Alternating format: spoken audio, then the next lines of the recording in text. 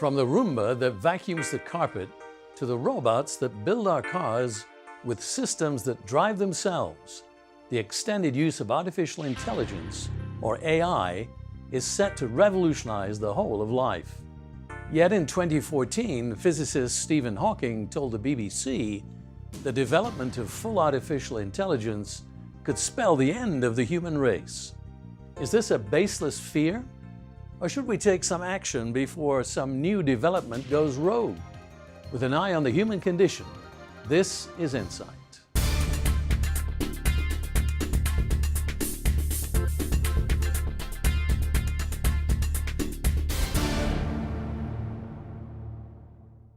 Every day, artificial intelligence, or AI, is changing our lives for the better. Many applications not only save time and effort, but also lead to better outcomes. Britain's Astronomer Royal Martin Rees is co-founder of the Centre for the Study of Existential Risk. AI is one of the many aspects of our world that is being evaluated. We have benefited hugely from information technology. The fact that someone in the middle of Africa has access to the world's information and we're all in contact with each other is a wonderful thing. And of course, if we look further ahead, we wonder about whether the AI will achieve anything approaching human intelligence, and that raises a whole new set of questions. Machines and robots are taking over more and more segments, and of course it's not just factory work they're taking over many professional jobs. I mean, routine accountancy, medical diagnostics and surgery, and legal work will be taken over. Most of these areas pose no concern at the moment, yet there is the possibility of existential disaster. Cambridge University professor Seán Ó Haggerty studies the pros and cons of AI. According to one of your colleagues, Nick Bostrom, the transition to the machine intelligence era looks like a momentous event and one associated with significant existential risk. If it is true, what is the risk and is it existential? When Nick Bostrom talks about the transition to machine intelligence and existential risk, he's not speaking about the artificial intelligence systems that we have in the world today or tomorrow or even next year. He's looking forward to the advent of what we might term artificial general intelligence, the kind of general reasoning, problem-solving intelligence that allows us to dominate our environment in the way that the human species has. We are currently nowhere near that, and experts are divided on how long it will take us to achieve that. However, were we to achieve this, it would undoubtedly change the world in more ways than we can imagine.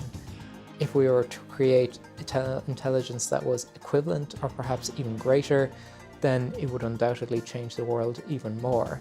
And it would be imprudent of us to assume that that would go very well for us. Along with 25 other experts, Haggerty published a report in February 2018, The Malicious Use of Artificial Intelligence, Forecasting, Prevention, and Mitigation. You say this: artificial intelligence is a game changer. So what has been the reaction from governments, corporations, individuals? The reaction has actually been very positive. We were very pleased. We had an initial concern that we would put out this report and people would be concerned that maybe it's scaremongering or unnecessary concern. That was very much not our intention with the report. One of the main recommendations that we were trying to bring across in the report is that with artificial intelligence developing quite quickly, and in particular artificial intelligence being applied to so many different safety critical systems in our world, this means that we need to start working together more closely between machine learning experts who really understand the state of the art of the technology, policymakers and lawyers who need to legislate around it and who need to guide governmental strategy around it, and the civil infrastructure people, the social scientists who need to think about the impacts of it. One of the concerns is that if machines are allowed to learn and achieve artificial general intelligence, one or more of them could go rogue. The stuff of science fiction, you may say. But we all know that when something becomes possible, though still ethically undesirable, we can't prevent its eventual use by someone. Commenting on this possibility, author William Poundstone writes, "There is going to be interest in creating machines with will, whose interests are not our own. I think the notion of Frankensteinian AI, which turns on its creators, is something worth taking seriously. Is there a time to unitedly say no to some kinds of development? This is the first of two questions that come to mind from a biblical perspective.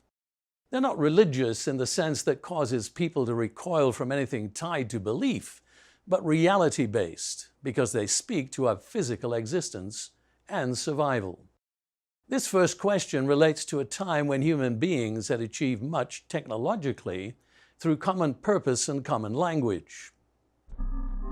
In early urbanized Babylonian society, an account of the building of a high tower, which would symbolically challenge God's domain, ends with the forestalling of further development because, quote, "this is what they begin to do. Now nothing that they propose to do will be withheld from them," end quote. Those early builders could have no limits without some form of outside control. They could have taken a different path and chosen not to play God.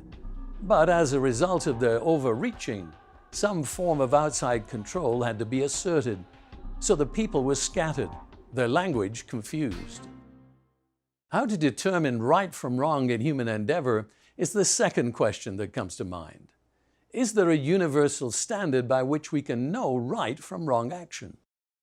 Today, we can readily admit that the problem with technologies that can be used for good and bad, so-called dual use, arises from the selfish side of human nature. Such a global code lies within the law of love, defined in the Bible as love toward God as creator and toward fellow human beings as neighbors. Artificial intelligence can certainly augment human intelligence, but only the mind of God at work in humanity can provide us with spiritual intelligence so that we live ethically and at peace with all. If you'd like to know more, search X risks at vision.org. For Insight, I'm David Hume.